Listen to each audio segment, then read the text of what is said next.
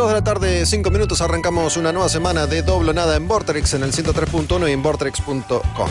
La semana pasada hablamos de este libro, Disco, lo repetimos esta otra semana. Es un libro, para aquellos que no estuvieron atentos o para aquellos que no escucharon la semana pasada, es un libro que cuenta cómo se realizó el arte de varias tapas del disco de rock argentino. El libro incluye además tapas de otros estilos musicales también.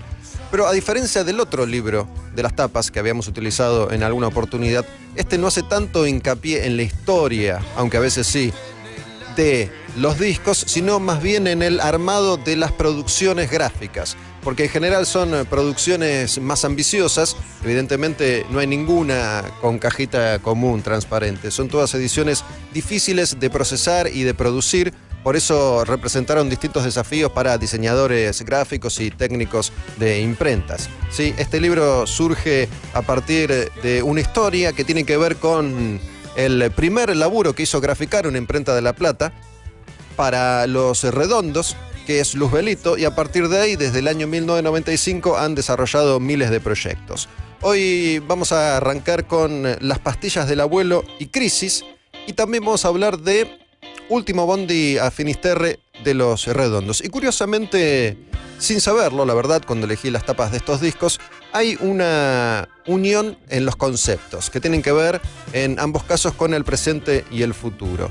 En este caso, hablando de Las pastillas del abuelo y Crisis, arte que estamos viendo en vorterix.com, cuentan los realizadores del arte, que se llaman Alejandro Facio y Lorena Abramovich, que Crisis es un disco donde la duda es protagonista. Las letras versan sobre las dudas existenciales del hombre, del amor y de la vida, cuentan. También es un disco sobre dualidades, porque cuando las preguntas aparecen son múltiples las respuestas.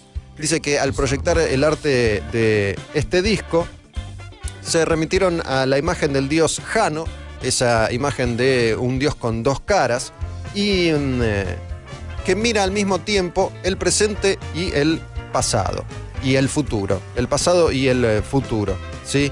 El disco tiene que ver con esas dos miradas y esas dos lecturas, cuando una persona no sabe exactamente qué camino seguir.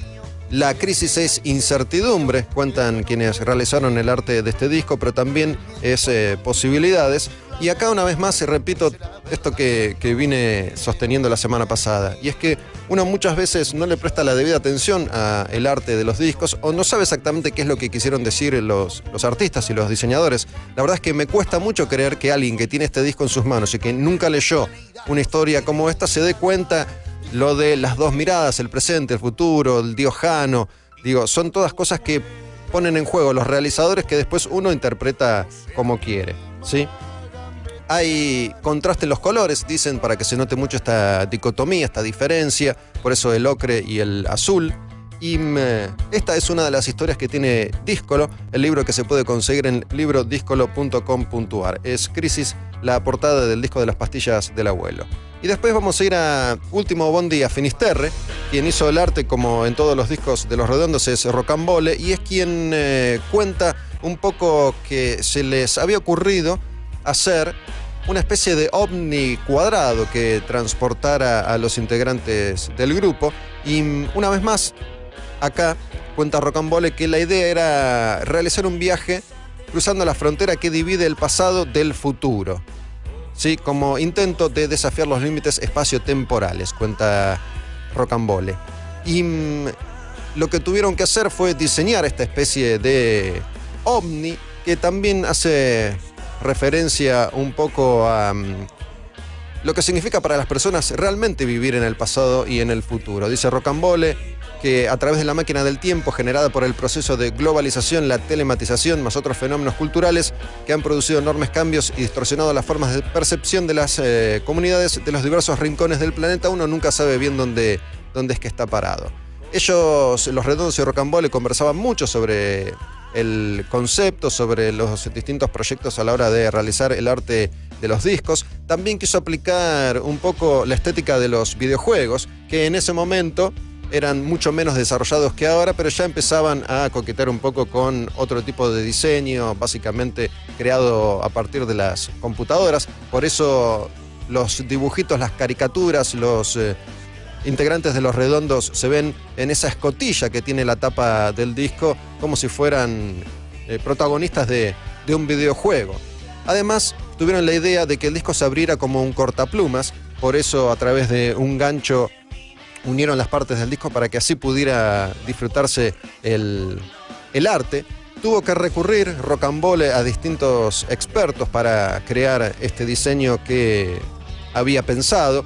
Tuvo que ir a trabajar a un taller de electrónica y después a una imprenta. Pensaron primero en hacerlo en aluminio, pero era muy poco práctico, por eso después se inclinaron por este papel metalizado y le dieron el tinte futurista a través de las distintas conexiones en relieve que se ven en el arte del disco Último Bondi a Finisterre de Los Redondos. ¿Sí? Por medio de ese remache metálico que yo les comentaba, se pudo dar la estética de un cortaplumas y se abre así el disco.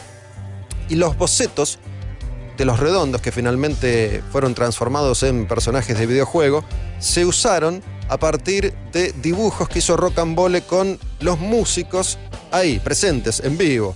Es como que lo fue retratando, teniéndolos ahí, frente a sí. Fueron modelados en 3D, cuenta Rocambole de alguna manera, y esa es la imagen que se ve en el arte de Último Bondi a Finisterre.